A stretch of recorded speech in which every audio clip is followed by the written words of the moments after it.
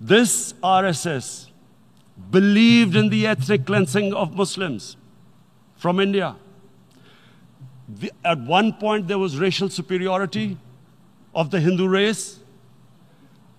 Secondly, it was hatred for the Muslims and for the Christians, because they believed that this golden age of Hindu civilization was stopped because of Muslim rule centuries back and then the British rule of India.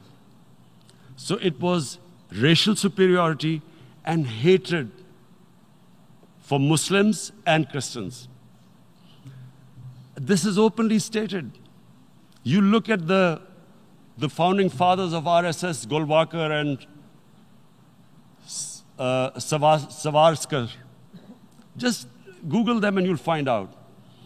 And this ideology of hate is what murdered the great Mahatma Gandhi in 1948.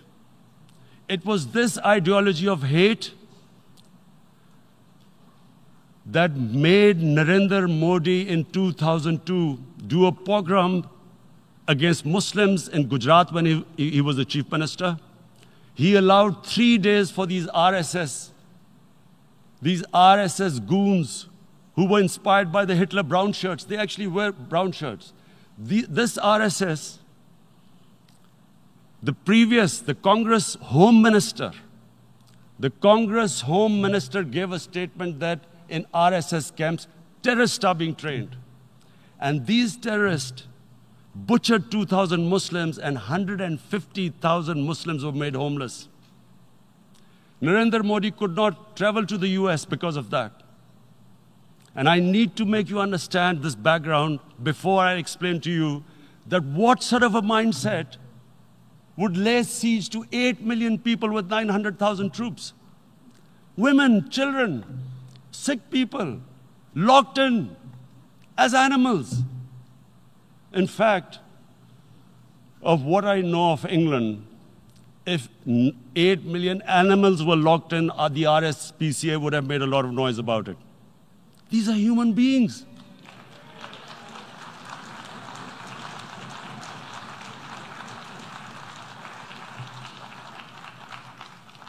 And Mr. President, what comes with racial superiority, these illusions of Aryan superior race, is arrogance.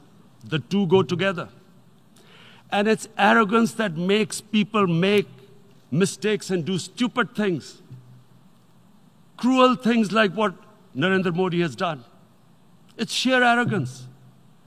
And it's arrogance that has blinded him from the fact that what is going to happen when the curfew is lifted? Has he thought about it? This hasn't been thought through.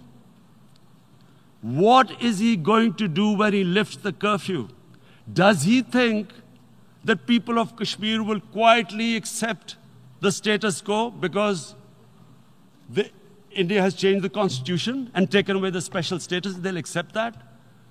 Mr. President, 100,000 Kashmiris have died in the past 30 years because they were denied the right given by the United Nations, the right for self-determination. 100,000 have died and 11,000 women have been raped. There are 2 United Nations human rights reports on this. The world hasn't done anything because India is a huge market, 1.2 billion people. Sadly, the material prevails over the human. But this has serious consequences. Again, I repeat, that's why I'm here. Look, what is going to happen when the curfew is lifted will be a bloodbath. The people will come out. There are 900,000 troops there. They haven't come to, as Narendra Modi says, he's done this for prosperity of Kashmir. This is supposed to be for the development. These 900,000 troops, what are they going to do when they come out? There'll be a bloodbath. Has he thought it through what happens then? Mr. President, has anyone thought that what happens when there is a bloodbath? What do you think the impact will have on people of Kashmir?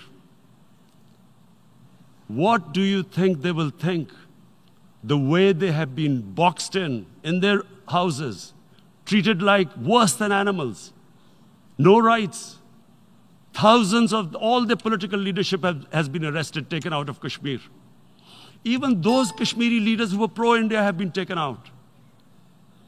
13,000 boys have been picked up and taken to God knows which destinations. So what do they think?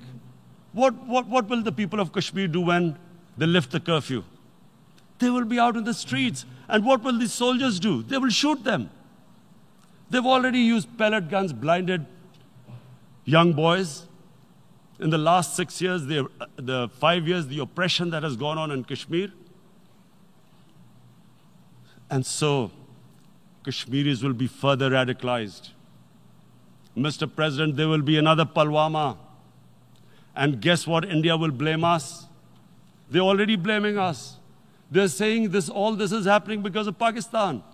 One of their defense ministers said, there are 500 terrorists lined up on the border to go in.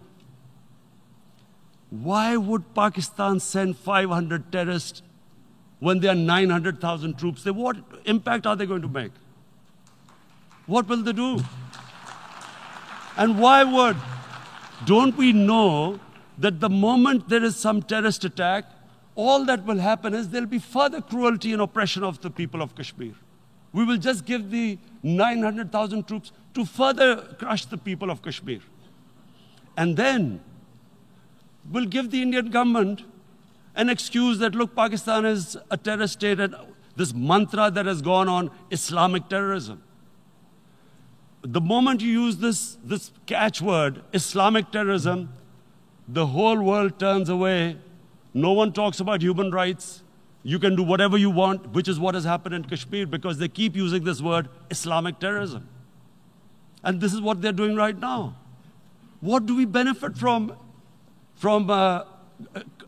further increasing the cruelty on the people of Kashmir? And why would we want this? But there is no other narrative left for India. As when they lift the curfew, whatever happens, Pakistan will be blamed, and there is always a danger of another Pulwama. They might come and bomb us again, and then another cycle might start.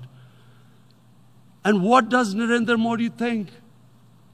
That 180 million Muslims of India are thinking right now. Aren't they watching these Kashmiris stuck inside for 55 days they've been stuck in? Aren't they watching? What do you think? Don't you think that the Muslims will be radicalized in India? And I'm talking about 180 million people. And when they get radicalized, there will be some incident in India somewhere down the line. Again, we will be blamed. And I'm warning you right now, again, we will be blamed. And Mr. President, what about 1.3 billion Muslims who are watching this? And they know that it is only happening in Kashmir because they're Kashmiri Muslims.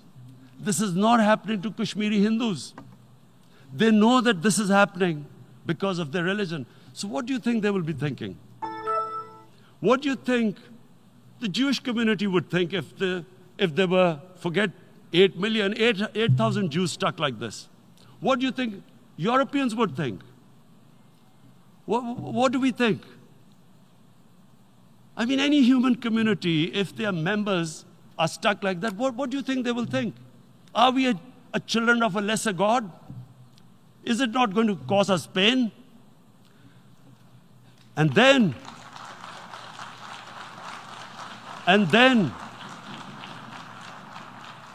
I'll tell you what will happen. People will, in the 1.3 billion Muslims, someone will pick up arms. I know we've been brought up with films Western films. This good, decent guy doesn't get justice. He decides to pick up a gun and start seeking justice. There was a film made in New York, famous film called Death Wish. This guy gets mugged by and his family, his wife gets killed or something. Kashmir? Can't get justice. He picks up a gun and he goes around shooting muggers. 70,000 people killed in a war we had nothing to do with. No Pakistani was involved in 9/11. If there is a bloodbath, there will be Muslims becoming radicals, not because of Islam, but because of what they will see, that there's no justice when it comes to Muslims. There were Rohingya Muslims. And this decision was taken not just by us, but by all the political parties in Pakistan. People out, unfortunately, they didn't implement it. So was in Afghanistan. What had we to do with it? So what do you think? 70 to do with it. Taliban were in Afghanistan. Al-Qaeda was in Afghanistan. What had we to do with it? I'm in Kashmir. I've been locked up for 55 days. I have heard about, and there are rapes, Indian Army going into homes, soldiers. Would I want to live this humiliation? Would I want to live like that? I would pick up a gun. You're forcing people. You are forcing people into radicalization. When people lose the will to live, what is there to live for? And this is what, if you can do this to human beings, you are actually radicalizing people. And so, Mr. President, I want to repeat here, this is one of the most critical times. There will be a reaction to this. Pakistan will be blamed.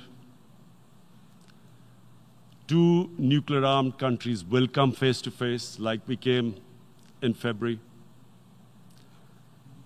And before we head in that direction, the United Nations has a responsibility. This is why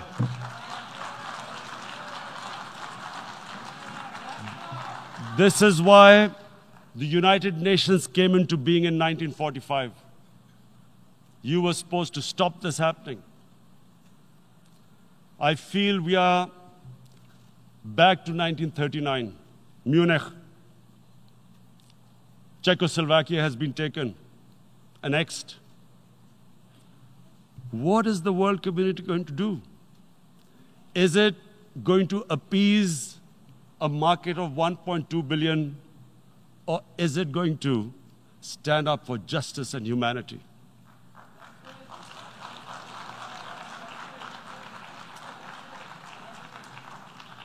If this goes wrong, you hope for the best, but be prepared for the worst.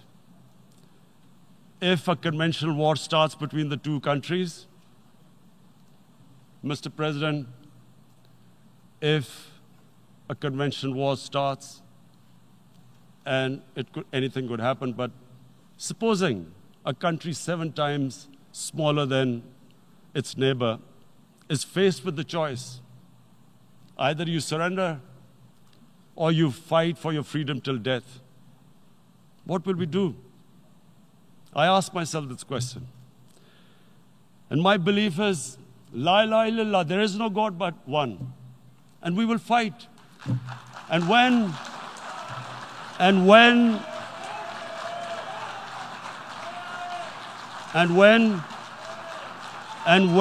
a nuclear-armed country fights to the end, it will have consequences far beyond the borders.